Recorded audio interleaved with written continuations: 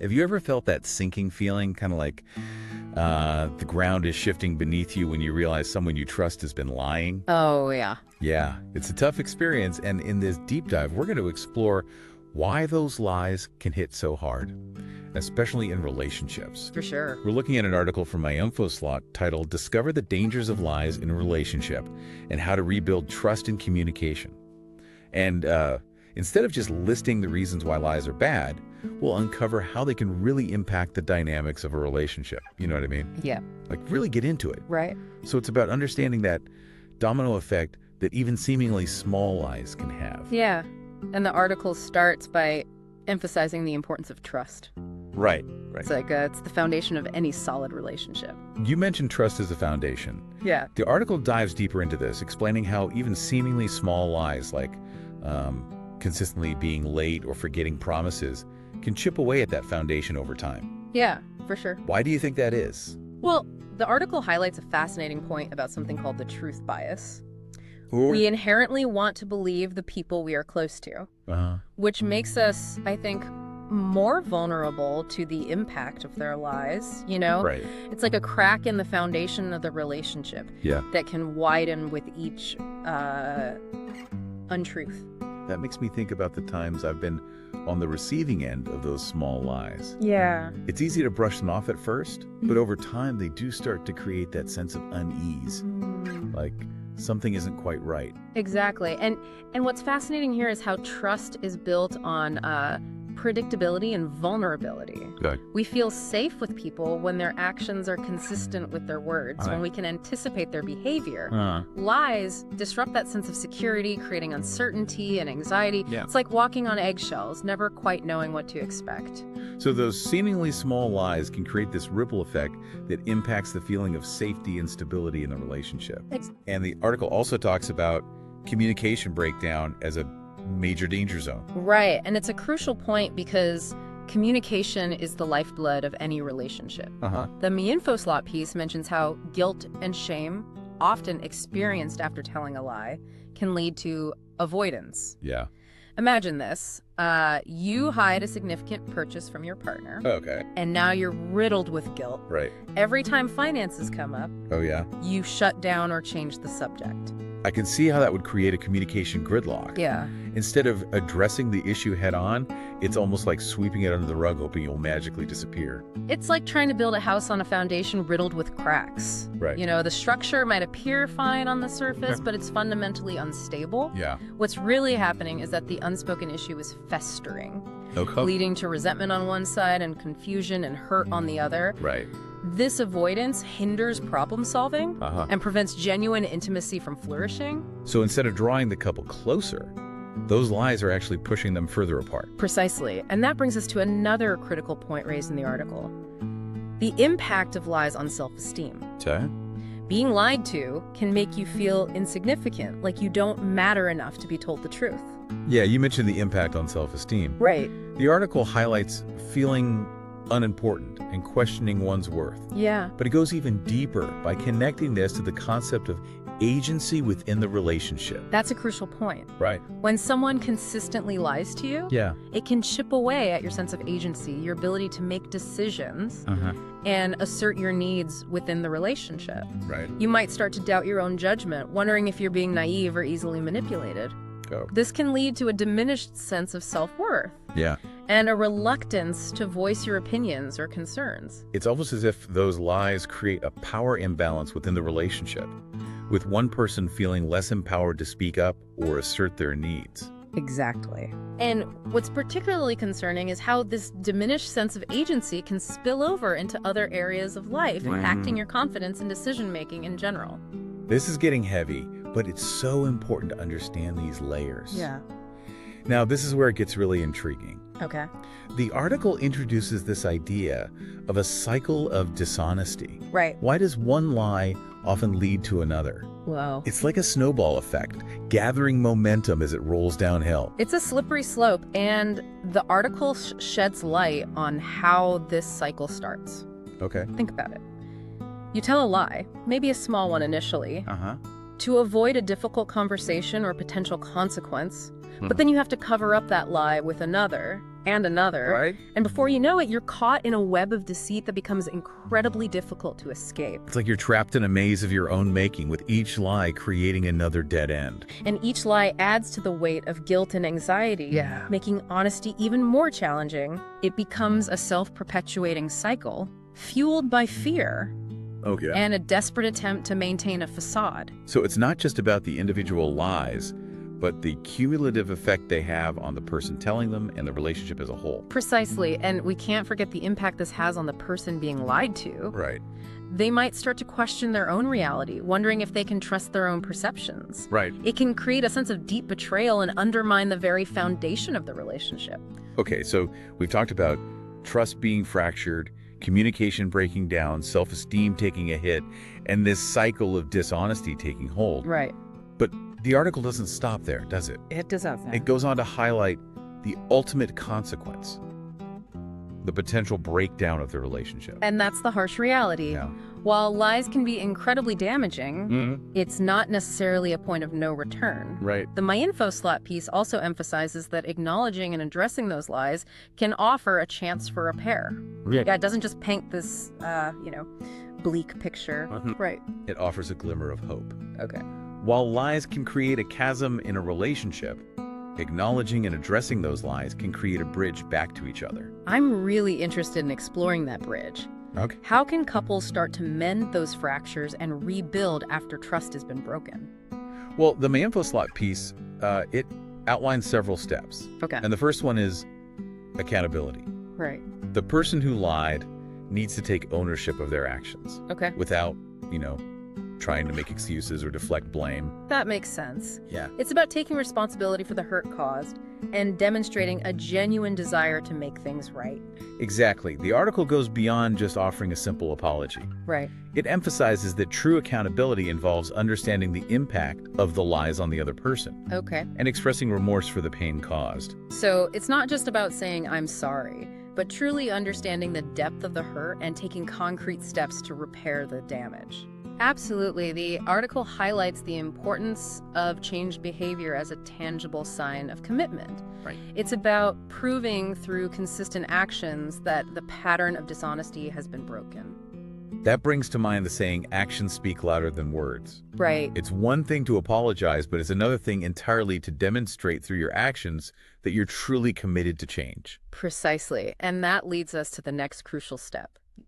Open and honest communication. Cool. Both partners need to create a space where they can express their feelings and needs Right. without fear of judgment or reprisal. That sounds like a tall order, especially after a betrayal of trust. It is. It's easy to say, be open and honest, but how do you create that safe space when raw emotions are involved? Oh, it's definitely challenging, but the article suggests starting with active listening. Okay. It's about truly hearing what your partner's saying, not just waiting for your turn to speak. Right. Or formulating your defense. Yeah. It's about understanding their perspective, even if you don't agree with it.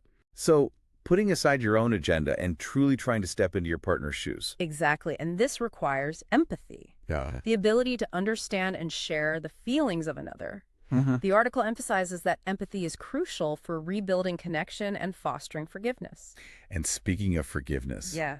the article doesn't shy away from its importance in the healing process. It's huge. It's not about condoning the lies, but releasing the resentment and anger that can poison the relationship. Forgiveness is a powerful act of healing, but it's often misunderstood. Right. The article clarifies that it's not about forgetting or minimizing the hurt. Okay. It's about acknowledging the pain, Right. choosing to let go of the anger, Yeah. and moving forward with a renewed commitment to the relationship. It sounds like forgiveness is a journey, not a destination. Yeah, for sure. It takes time, effort, and a willingness to work through those painful emotions. It certainly does. And it's important to remember that forgiveness is a personal choice. No one should feel pressured to forgive before they are ready. That's a really important point. Yeah. Forgiveness can't be forced or demanded. Right. It has to come from a place of genuine willingness to heal and move forward. Absolutely. And even with a sincere commitment from both partners, the article acknowledges that rebuilding trust is a gradual process. Right. It requires patience, consistency, and open communication.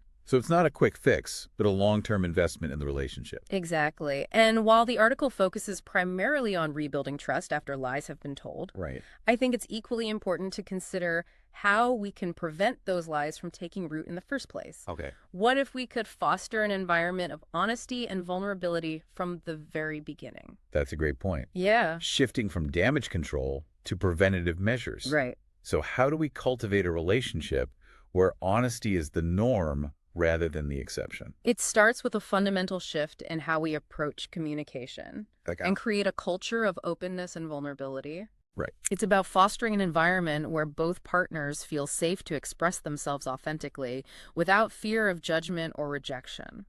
That sounds ideal, but putting it into practice can be tough. It is. We all have insecurities and fears. Right. How do we overcome those barriers to create that level of openness? It takes courage, self-awareness, and a willingness to challenge those ingrained patterns that lead us to hide parts of ourselves. Right. The article highlights the importance of building emotional intelligence, Okay. both individually and as a couple. Emotional intelligence, what does that look like in the context of a relationship? It's about understanding and managing your own emotions Oh. and being attuned to your partner's emotional state. Uh-huh. The article suggests practices like active listening, Right. using I statements to express your feelings, Okay. and validating your partner's perspective even if you don't agree with it. So it's about moving away from blame and defensiveness. Yeah. And fostering a sense of mutual understanding and respect. Precisely, it's about creating a space where both partners feel seen, heard, and valued for who they are, flaws and all. Wow. And that leads to a deeper level of intimacy and connection. That's a powerful image. Yeah. A relationship where you can truly be yourself without masks or pretenses. Right. But how do you maintain that sense of openness over time? Yeah, that's a great question. Relationships go through ups and downs. Yeah, And it's easy to slip back into old patterns of communication. you're absolutely right. It's an ongoing process, not a one-time fix. Right. The article emphasizes the importance of making honesty an intentional practice. Okay. It's about those small, everyday choices to be truthful, even when it's uncomfortable. So it's about choosing honesty even when it feels easier to tell a little white lie or avoid a difficult conversation. Exactly. And it's about recognizing those moments when you're tempted to hide or downplay your feelings. Okay. What's the fear behind that urge? Is Yeah. it a fear of conflict, Mhm. rejection? By understanding those underlying fears, you can start to address them and create healthier communication patterns. So it's like an internal deep dive alongside the relationship deep dive. Right. We need to understand our own triggers and patterns to create healthier communication habits. Precisely. And this self-awareness is crucial for fostering a culture of honesty in your relationship. You mentioned a culture of honesty. Yeah. What else does that entail? The article suggests creating rituals of connection, Okay. like regular check-ins where you can openly share your thoughts, feelings, and needs. Right. It's about making time for those conversations, even amidst the busyness of life. Well, it's about being intentional and proactive about nurturing that open communication rather than just hoping it will happen organically. Exactly. And it's about celebrating each other's honesty, Okay. acknowledging the courage it takes to be vulnerable and share those deeper parts of yourselves. It sounds like building a relationship rooted in honesty requires constant nurturing, like tending to a garden. Yeah, it's a great analogy. You have to weed out those negative patterns and plant seeds of openness and trust. That's a beautiful analogy. And like a garden, it takes time, effort, and patience to cultivate a relationship that thrives on honesty and vulnerability. Right. But the rewards are immeasurable. This has been such an insightful conversation. It has. We've journeyed from the depths of destruction caused by lies to the potential for building relationships grounded in honesty and vulnerability. Yeah. It's like a complete spectrum of human interaction. And it's a reminder that relationships are dynamic and ever evolving. Right. They require constant care, attention, and a willingness to learn and grow together. Well said. As we wrap up this deep dive into the dangers of lies and the power of honesty, Okay. what's the one key takeaway you want our listeners to walk away with? Honesty is not just about telling the truth. It's about creating a culture of openness, Right. empathy, and vulnerability in our relationships. Okay. It's a conscious choice we make every day, Ah. in big ways and small, to build connections based on trust and authenticity. And that, my friends, is the foundation for a truly fulfilling and lasting relationship. It is. Thanks for joining us on this deep dive. Until next time, keep seeking those truths. It sounds like creating this culture of honesty is an ongoing process It is, that requires both partners to be actively engaged. for sure. But let's be real. Yeah. Relationships have their challenges. Yeah. What happens when conflicts arise? Right. How do you navigate disagreements while maintaining that commitment to honesty? That's a great question, and the article addresses this directly. Okay. It's about shifting from a mindset of winning an argument Right. to a mindset of understanding and collaboration. Okay. Instead of viewing conflict as a battle to be won, Yeah. it's about approaching it as an opportunity to learn and grow together. That's a refreshing perspective. But how do you prevent those disagreements from escalating into full-blown arguments? Right. Especially when emotions are running high. The article emphasizes the importance of emotional regulation. Okay. It's about taking a pause when you feel yourself getting heated, Ah. recognizing those physical sensations of anger or frustration, Right.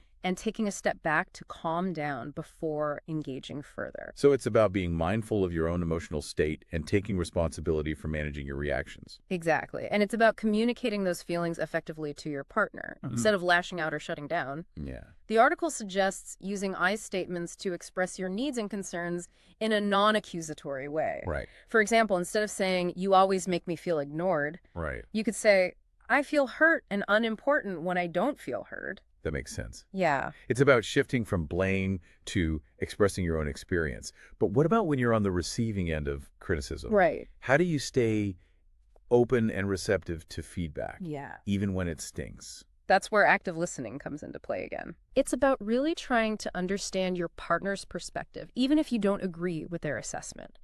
The article suggests asking clarifying questions, Right. paraphrasing what you've heard to ensure understanding, Right. and acknowledging their feelings, even if you see things differently. So it's about creating a space where both partners feel safe to express themselves, even when those expressions are difficult to hear. Precisely. And it's about remembering that conflict is inevitable in any relationship. Right. It's how you handle those conflicts that determines the health and longevity of the connection.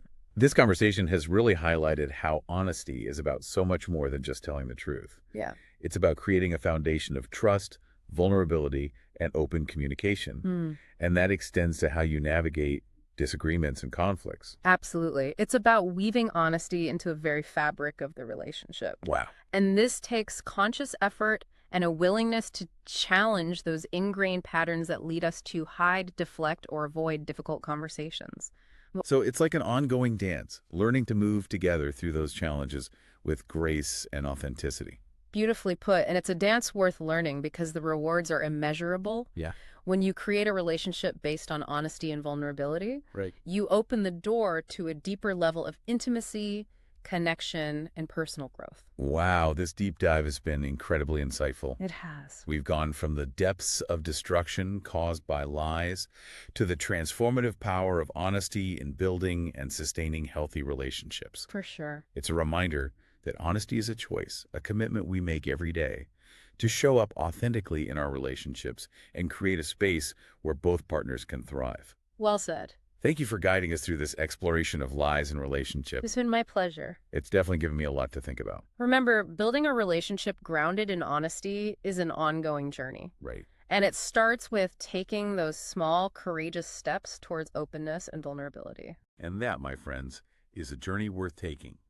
Thanks for joining us on this deep dive. Until next time, keep seeking those truths,